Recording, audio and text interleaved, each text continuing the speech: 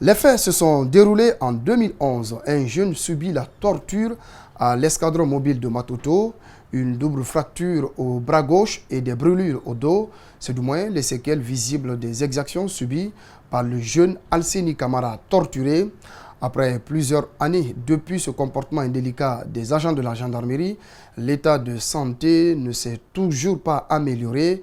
Ce vendredi, nos reporters Abdourahmane Ba et Lamine Silla sont allés à la rencontre de ce jeune. Suivez leur reportage. Il paraît tout à fait serein, mais dès qu'il parle de l'atrocité qu'il a subie à l'escadron mobile de Matoto, Alseni Camara fond en larmes. Allez, vous avez le temps.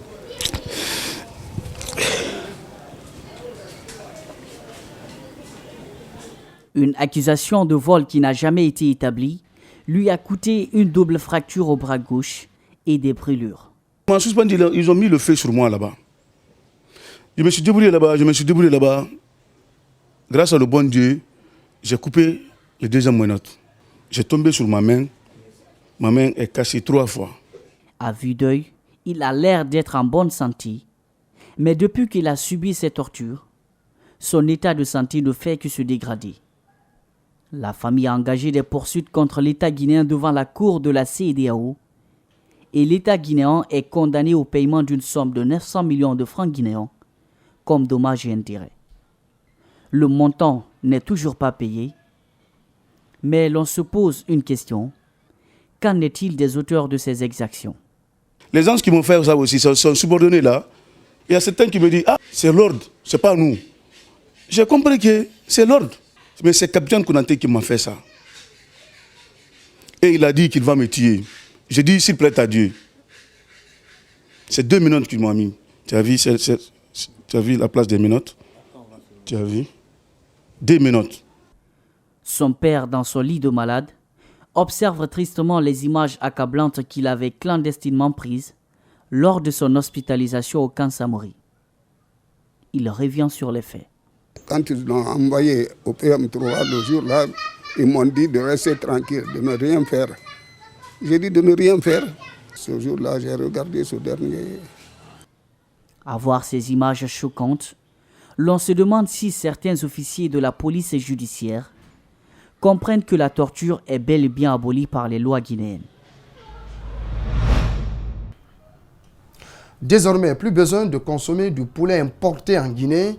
La structure Lela vient de mettre en place un abattoir moderne de traitement de volailles situé à Bangouya, dans Koya. Cette unité produit plus de 3000 poulets par jour dans des conditions d'hygiène et de sécurité requises selon les principes de l'islam. Idrissa Bari et Salif Lifo Sissé se sont rendus sur le site. Voici leur récit. Premier du genre en Guinée, cet abattoir moderne de production et de traitement de poulet de chair est créé par Madina Dansoko, évoluant dans le secteur avicole depuis plusieurs années. À travers une visite guidée, la promotrice de cette unité nous montre les différents compartiments de cet abattoir. Une fois les poulets reçus, ils sont mis dans cette machine pour être égorgés à la main selon les principes de l'islam. Ensuite, ils sont plongés dans cette autre machine à eau chaude à une température de 60 degrés pour y être après débarrassés de ses plumes. Cette opération se termine par l'extraction des viscères et le nettoyage du produit. C'est là que nous débarrassons le poulet de tous ses intestins, des pattes et de la tête aussi. Donc nous traitons après le zézier, le foie, le cœur de poulet et même les pattes sont commercialisables aujourd'hui. Le second stade de traitement de la volaille s'effectue dans cette salle dénommée la zone propre. Ici, les poulets nettoyés sont accrochés les uns après les autres sur ces chariots afin d'être introduits dans cette chambre de froid et de ventilation pour débarrasser le produit de l'eau. La suite de cette étape est la charcuterie. On a une hacheuse qui nous sert à hacher la viande de poulet après être désossée. Et on a un mélangeur avec lequel on essaie de mélanger avec les épices que nous mettons dedans pour le goût. Et après on a un poussoir que nous utilisons avec les boyaux pour former les steaks et pour former les saucisses, je dirais. Et après, on a une machine pour former les steaks aussi. Toutes ces opérations se déroulent dans des normes d'hygiène. C'est notre mot d'ordre, l'hygiène. Parce que c'est ce qui fait la différence entre nous et les autres. Vous voyez, donc, et puis on tient beaucoup à ce que nos produits et arrive en bon moyen chez les consommateurs, parce qu'il ne faut pas faire seulement l'abattoir et apporter n'importe quoi dans le marché. Ce n'est pas juste la présentation. Selon Madina Dansoko, la réalisation de ce projet a coûté plus de 3 milliards de francs guinéens. En termes d'emplois directs, cet abattoir emploie plus de 30 personnes, dont des femmes, et plus de 200 emplois indirects. Son inauguration est prévue la semaine prochaine en présence des autorités guinéennes.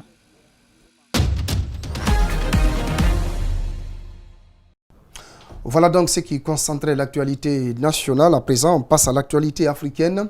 2 militaires français, Cédric de Pierron et Alain Pertolo, sont morts lors d'une intervention complexe pour libérer 4 otages dans le nord du Burkina Faso.